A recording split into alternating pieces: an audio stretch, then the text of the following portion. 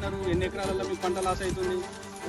ఎకరానికి ఇప్పుడు 30,000 చొప్పున 5 ఎకరాలు పెట్టారు. 2 ఎకరాల కంటే ఇప్పుడు చూడండి, ఈయనకు 2 ఎకరాలు ఉన్న ఒక రైతు, ఈయన ఇంచుమించు 60,000 పెట్టుబడి పెట్టింది 2 ఎకరాలలో. కానీ ఈయన 60,000 అంటే చాలా పెద్దది. ఈయనకు పెట్టుబడి పోను కూడా ఒక 40-50,000 చేతికి అందే పరిస్థితి ఉంటుంది అని పెట్టినారు. కాబట్టి వీళ్ళు పెట్టుబడి కూడా వీళ్ళ చేతికి అందడం లేదు.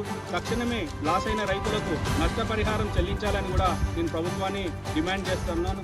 ఇక్కడ ఉన్న అగ్రికల్చర్ ఆఫీసర్ కూడా తప్పకుండా ఏ పంటలు అయితే ఎండిపోయినాయో వాటి రిపోర్ట్ తీసుకొని ప్రభుత్వానికి కానీ ఇక్కడ ఉన్న స్థానిక ఎమ్మెల్యేకి కానీ ప్రభుత్వానికి కానీ చేరవేయాలి అని, నష్టపరిహారం అందించాలని కూడా నేను డిమాండ్ చేస్తాను.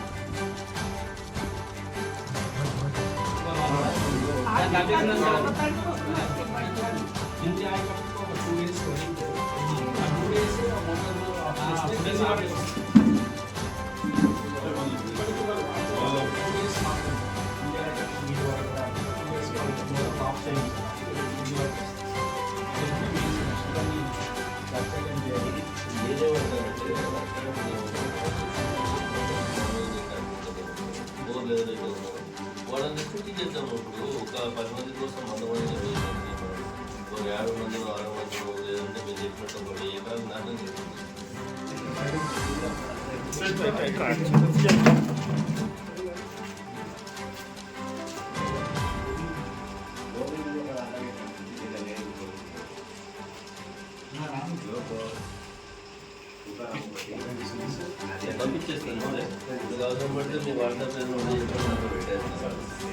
ఈరోజు కల్లేరు మండలంలోని మార్డి, ఇంద్రనగర్, కృష్ణాపూర్, కల్లేరు ప్రాంతంలోని ఎండిపోయిన జొన్న పంటలను మా జిఎంఆర్ ఫౌండేషన్ టీమ్ సభ్యులందరితో కలిసి మరియు వివిధ గ్రామాల రైతులతో కలిసి పంటను పరిశీలించడం జరిగినది.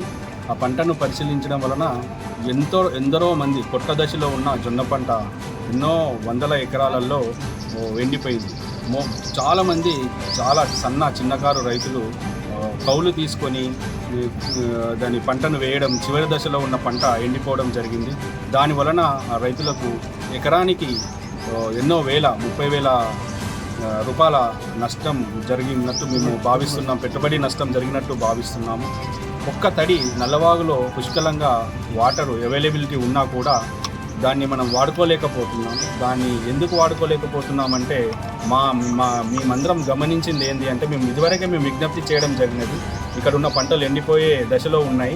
దయచేసి ఈ చివరి ఆయకట్టు అయిన ఈ 4 గ్రామాల్లోని జొన్న పంటను బతికించాలి, ఒక తడి నీళ్ళు ఇవ్వాలి అనే మేము రిక్వెస్ట్ చేయడం కూడా జరిగింది. అక్కడ ఉన్న ఏఈ గారితో కూడా మాట్లాడడం జరిగింది.